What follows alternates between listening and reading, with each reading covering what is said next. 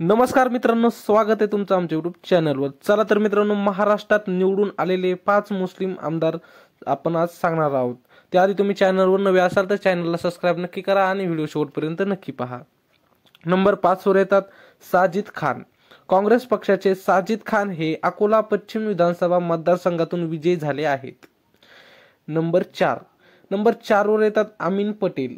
हे काँग्रेस पक्षाचे उमेदवार अमीन पटेल हे मुंबादेवी विधानसभा मतदारसंघातून विजयी झाले आहेत।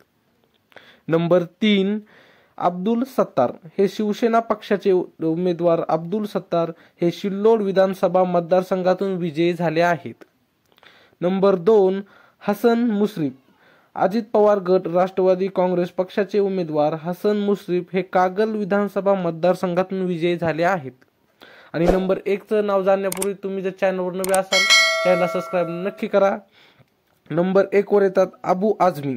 समाजवादी पक्षाचे उमेदवार अबू आझमी हे मानखुर्द शिवाजीनगर विधानसभा मतदारसंघातून विजयी झाले आहेत। तुमच्या मतदारसंघातून कोण 2024 ला विजयी झाला आहे हे कमेंट मध्ये आम्हाला नक्की सांगा आणि चॅनलला मात्र सबस्क्राइब नक्की करा। भेटूया पुढच्या व्हिडिओमध्ये, तोपर्यंत धन्यवाद।